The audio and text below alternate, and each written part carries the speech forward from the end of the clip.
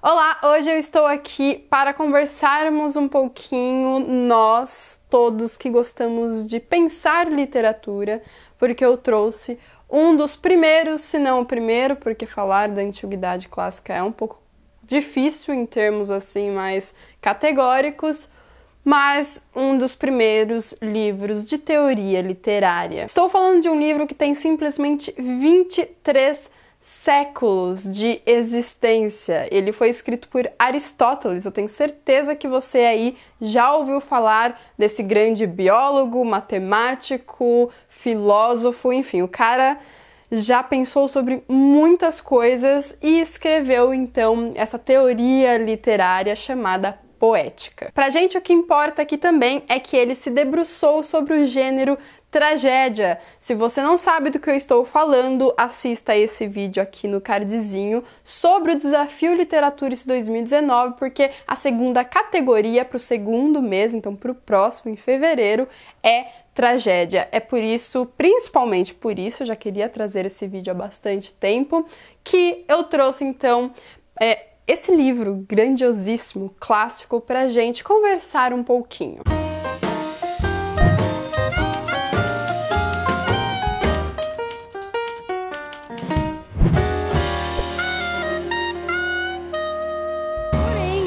Começar a falar sobre algumas das ideias de Aristóteles contidas aqui nesse livro, precisamos trocar umas palavrinhas acerca do contexto no qual elas foram escritas, porque isso é muito importante aqui pra gente ressaltar. Estou falando de 23 séculos atrás, o que é muita coisa. Se chama então, o que a gente começou a chamar de mundo grego ou antiguidade clássica. E a forma de pensar dessas pessoas era muito diferente. Basicamente porque a cultura deles e questões sociais também o eram. Então, um exemplo para vocês. Eles tinham o costume não de ler histórias. E aí a gente pode entrar na questão, no debate sobre a história da leitura e do livro. Mas não vamos entrar hoje nisso. Vamos voltar aqui na poética. Mas eles tinham o hábito de ouvir histórias. Aristóteles, ele foi uma pessoa exemplar, um gênio, e inclusive foi discípulo, aluno de Platão, ninguém menos do que Platão. E esse seu professor deu um apelido para ele na época que era de O Leitor, com uma certa carga irônica aí, justamente por conta dessa distinção social que o fazia ser tão distinto para a sociedade, porque ele tinha esse hábito justamente de ler e não apenas de ouvir histórias. Ele lia muito, avidamente. Ele era tão inteligente que tem outra grande curiosidade de sua vida, muito bacana para a gente destacar aqui, que é ter sido professor ou preceptor de ninguém menos do que Alexandre o Grande, um dos maiores imperadores que o mundo já viu, que a história já viu, de um dos maiores também impérios que já existiram, um militar bem-sucedido que morreu invicto de todas as batalhas. Alexandre o Grande, ele considerava Aristóteles como um pai para si, de tão grande e tão forte que era esse vínculo entre discípulo e professor. Mas enfim, sobre cada uma dessas figuras históricas daria pelo menos um vídeo longuíssimo, com muitas curiosidades e informações importantes. Mas, voltando aqui ao assunto, em questão desse vídeo, toda essa cultura, todo esse contexto histórico, do mundo grego, dá pra gente a tradução do que era literatura na época, porque muito da literatura era usado para gerar reflexões, para suscitar questões humanas. Então, nisso a gente percebe algo que, inclusive, a gente perdeu um pouco, de que a literatura naquela época, ela era muito importante, inserida na sociedade, na vida cultural daquela sociedade. E nessa comparação do passado com a época moderna e até mesmo contemporânea, vocês devem se perguntar nesse exato momento do vídeo, mas Mel, por que esse livro é tão importante pra gente hoje? Por que eu devo lê-lo? E a minha resposta é bem simples, bem básica. Isso daqui, na verdade, é uma herança pra gente, culturalmente falando. Nós vemos reverberações do que Aristóteles colocou aqui, até mesmo hoje. Eu vou aproveitar o momento para dizer que eu não sou especialista em literatura clássica, nem história clássica, ok? Só estou trazendo aqui experiências minhas, pessoais. Se vocês tiverem algo para adicionar ou mesmo corrigir, por favor, deixe aqui nos comentários que será um prazer lê-lo. Basicamente, o que é Poética de Aristóteles? É uma espécie de discussão acerca de todos os requisitos que os escritos, os textos da época precisavam ter. Isso para serem, obviamente, bons. E mais do que isso, para Aristóteles, para alcançar um objetivo, a sua função. Aqui nós temos em capítulos curtíssimos e de uma forma muito clara e não tão difícil como a gente pode primeiramente imaginar que o é, não é, gente, fiquem tranquilos, ok?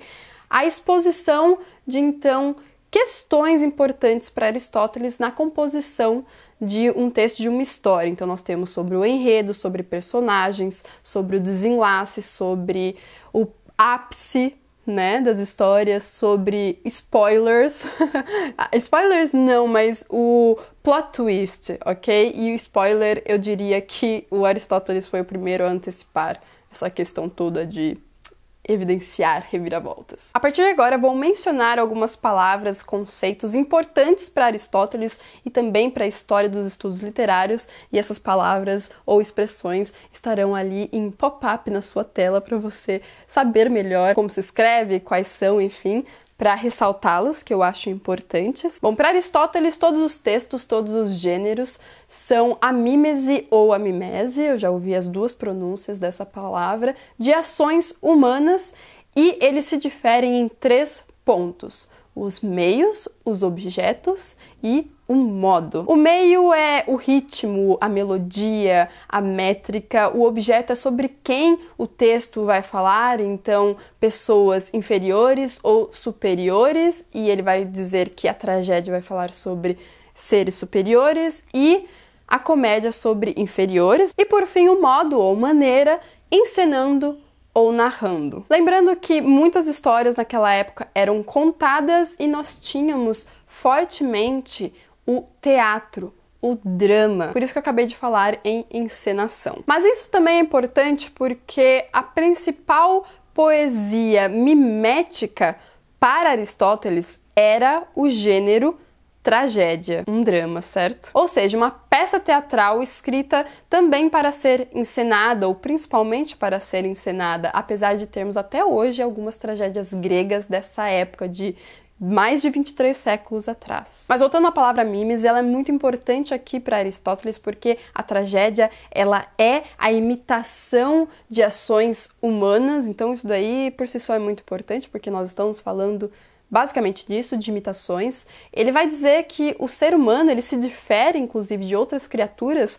justamente por conta dessa característica que nós temos de imitar os outros e a partir dessa imitação de aprender muito sobre isso. Então nós somos formados com imitações. Somos seres que desde pequenininhos gostamos de imitar coisas e pessoas. Então, superficialmente, essa palavra que é tão difícil de ser traduzida, aliás, todas essas aqui são difíceis porque nós estamos falando de grego e grego antigo, mas o que sobrou pra gente hoje, né, e de traduções muito boas como essa daqui, foi essa palavra e essa tradução. Mímese é a imitação da vida. Ele vai abordar aqui a épica com a epopeia, vai citar muito Ilíada e Odisseia, inclusive já tem um vídeo aqui sobre Odisseia, vou deixar aqui no cardzinho para vocês também, que é um outro gênero literário da época. Outro gênero que ele vai citar, eu mencionei já, que é a comédia, outra forma de drama junto da tragédia, e também nós temos a lírica. Mas ele se foca muitíssimo na tragédia, que para ele era a excelência, assim, de forma de se representar as ações humanas. Mais do que isso, na verdade, o que sobrou do seu texto, do seu livro, o que durante todos esses séculos veio parar em nossas mãos, é justamente esse texto voltado para a tragédia, ok? Essa edição, além de uma tradução ótima, ela é bilíngue, então desse lado nós temos o texto original em grego e aqui a tradução, que é do Paulo Pinheiro, que escreveu uma introdução, inclusive, muito boa daqui. Então, essa edição, ela é realmente muito incrível para você que quer estudar esse livro, porque também traz algumas notas ao longo de todo o texto do próprio tradutor, referentes a questões editoriais, do texto mesmo em si, de como ele encontrou esse texto para traduzi-lo, porque sim, é direto do grego. Ele fala muitíssimo sobre o que é tragédia para ele, ou o que é o ápice da tragédia em termos de construção de enredo, porque o enredo é o que importa aqui. Enredo para ele é basicamente as mudanças que ocorrem durante a história e elas precisam ter verossimilhança e também necessidade de existirem a partir da própria história. Esse enredo ele precisa ter começo, meio e fim, vai se utilizar da mímese para alcançar a catarse e chegar num desenlace. Então vamos lá. Calma, por partes. Ao longo da construção da história, ou seja, da imitação de ações humanas, você precisa ter um reconhecimento e uma reviravolta. O reconhecimento é quando o ser humano ele sai da ignorância e vai até a ciência, o conhecimento de algo que até então ele não sabia. E justamente por isso acontece a reviravolta, ou seja, o que eu falei de plot twist, que a gente conhece hoje como plot twist, que é uma mudança drástica no fluxo de acontecimentos que estava acontecendo até então. É como se a história estivesse num caminho, mas de repente, drasticamente, ela deve tomar outro. Toda essa movimentação e essa transformação devem causar pavor e compaixão em quem está assistindo ou lendo. Isso porque nós estamos falando de tragédia e essa mudança é para o pior. Então a gente chega na chamada catarse, que é a comoção emocional. A partir dela nós temos a purificação desse ser que está passando por essas coisas tão angustiantes. E também de quem está assistindo tudo isso. Isso tudo precisa estar numa tragédia bem feita, que para Aristóteles tinha que ter 6 elementos, que eu até anotei aqui, porque lembrar de tudo não é meu forte, né? A fábula, que é a reunião das ações em si, os caracteres, e aqui é super legal, os caracteres vêm de caráter, que significa, então, a partir de uma escolha dúbia, que a pessoa tem que se decidir ali, ou por um lado ou pelo outro, isso vai transmitir pra gente a qualidade das figuras, das pessoas que estão em ação ali, encenando no palco, ou seja, dos personagens. É a caracterização dos personagens. Também ideias, então, termos que transparecem pensamentos justamente dessas pessoas, desses personagens. A fala, o espetáculo e também o canto. Algumas outras considerações a respeito da tragédia que esse livro traz é a respeito de sua duração, por exemplo. Ela não pode ser tão extensa, a memória tem que lembrar de todos os acontecimentos, então a recomendação é de que a história não passe uma revolução solar um pouco mais, ou seja, um dia. Justamente porque na boa tragédia, se você retirar qualquer partezinha dela, ela inteira não vai mais fazer sentido. Sobre o enredo, ele vai falar sobre o enredo simples e o complexo. No simples não tem muitas reviravoltas. E o contrário, com muitas reviravoltas, é o enredo complexo. Uma outra coisa importante é que a catarse, ela traz uma liberação, uma descarga emocional, porque nós chegamos no ápice de toda a comoção. É o clímax da história. Tá todo mundo tenso com o que tá acontecendo, entende? É preciso uma vazão para tudo isso, para depois você ter essa purificação que eu já mencionei. Como a tragédia é o foco aqui nesse livro e também é uma das categorias do nosso desafio Literaturice, eu quis trazer justamente esse foco também para o vídeo, por isso que eu mencionei mais as coisas que ele fala a respeito desse gênero. Mas ele também vai citar outros, né? O que nos restou aqui do livro se refere à comédia, por exemplo, à epopeia. Ele faz uma comparação entre epopeia e tragédia, falando que tudo que há na epopeia existe na tragédia, mas o contrário não acontece. Tudo que há na tragédia, tem coisas que existem na tragédia e que não estão na epopeia, e é por isso também que para ele, tragédia, entre tragédia e epopeia, a tragédia seria um gênero melhor. É nesse livro que ele vai fazer a comparação entre a arte poética e a história, sabe? A matéria história. E é uma passagem muito famosa, eu vou até ler para vocês, porque eu acho que faz jus ao trecho, que é: com efeito, o historiador e o poeta diferem entre si não por descreverem os eventos em verso ou em prosa, mas porque um se refere aos eventos que de fato ocorreram, enquanto o outro aos que poderiam ter ocorrido. Eis porque a poesia é mais filosófica e mais nobre do que a história. Os historiadores vão me matar nesse momento, né? Mas não foi eu que disse, né? A poesia se refere de preferência ao universal, a história ao particular. Universal é o que se apresenta a tal tipo de homem que fará ou dirá tal tipo de coisa em conformidade com a verossimilhança e a necessidade. Eis ao que a poesia visa, muito embora atribua nomes às personagens. Particular é o que fez Alcibíades ou o que lhe aconteceu. Vocês entenderam também como que a escrita não é tão difícil assim como a gente inicialmente pode pensar? Me deparei aqui com a definição de metáfora que a gente usa até hoje, inclusive no vestibular, é matéria de ensino médio, e também com a de Deus ex machina, uma expressão muito famosa também no meio literário que vai definir quando uma solução muito irreal, entre aspas, e muito inesperada acontece. É uma solução fácil, entende? Por isso que ela não é tão assim valiosa, e nem o era também para Aristóteles, justamente porque cadê a verossimilhança? Ela se enfraquece um pouco aí. E para Aristóteles a verossimilhança era algo muito, muito vantajoso para o enredo, que é o mais valioso para ele aqui na construção de uma tragédia. Uma coisa interessante é que Aristóteles vai utilizar vários exemplos de tragédias, então vai fazer citação a histórias que inclusive hoje a gente conhece e outras que se perderam e a gente não conhece o texto em si, para exemplificar aquilo que ele está definindo, categoricamente falando, como eu disse para vocês. Então sim, ele vai citar Ilíada e Odisseia, e entre outras tão famosas. E aí eu já vou, fazer uma ponte, um gancho para a parte desse vídeo que eu falo com vocês sobre o desafio Literaturice. A próxima categoria do mês que vem é tragédia, justamente tragédia. Ele fala muitíssimo desse livro, que é Édipo Rei. Eu já fiz um vídeo só para essa história, se ainda não viu, está aqui no cardzinho. Mas ele diz, assim, ele usa esse livro como exemplo de muita coisa do que ele vai dizer. Então, para ele, basicamente isso aqui sabe, Deus no céu e Édipo Rei na terra, com Sófocles, claro, que é o...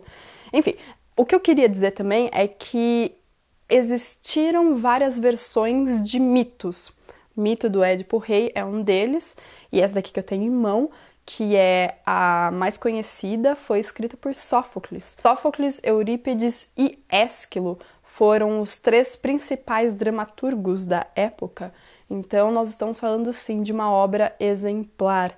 E uma coisa também interessante, que isso me vem à cabeça, assim, na verdade eu pego um pouco da memória das minhas aulas de tragédia que eu tive na faculdade com o Marcio Seligman, que alguns de vocês vão lembrar, reconhecer de alguns textos, enfim, a questão do mito em si. Todo o povo grego já conhecia, sabe? Porque os mitos já eram conhecidos pela população, inclusive porque eles eram muito ensinados por outras versões de dramaturgos da época. Então, o que acontecia não estava em questão, não era tanta surpresa assim. E daí que eu puxo a ideia de hoje da gente de spoilers, porque o que acontecia realmente não importava tanto assim como importa para hoje, pra gente. O valioso era a encenação e o modo como os atores, a peça, chegava até a catarse.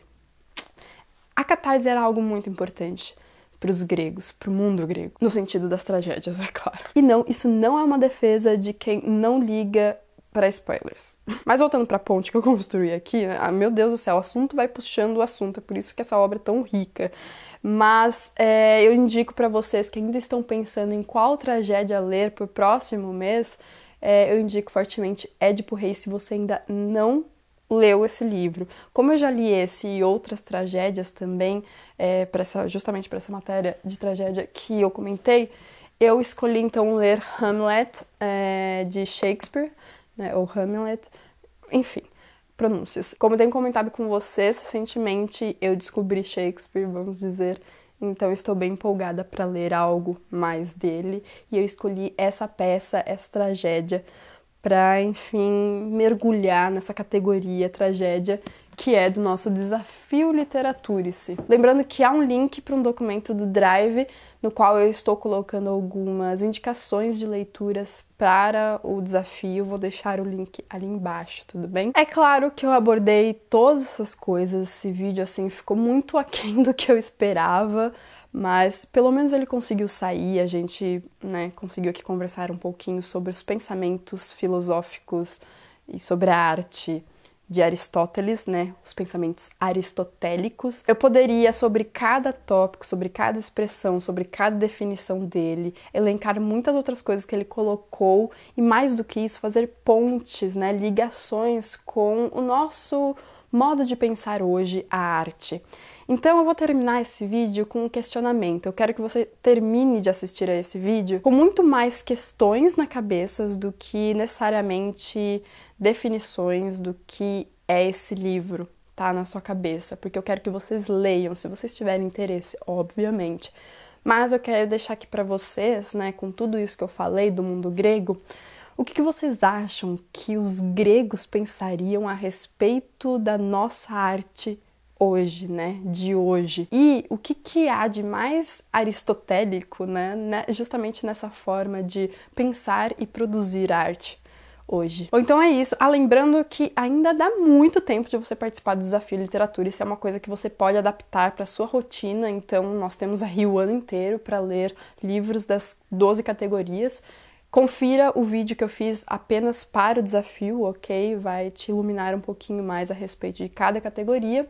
Eu vou ficando por aqui, eu espero que vocês tenham gostado desse vídeo. Se você gostou, não se esqueça do seu joinha, assim você vai me ajudar na divulgação dele e também a avisar o YouTube que sempre querem receber as notificações aqui do Literaturice, que isso é importante. Não se esqueça de se inscrever no canal se ainda não for inscrito e de compartilhá-lo com quem você sabe que gosta de ler também. A gente se vê no próximo vídeo, um grande beijo e até lá. Tchau, tchau!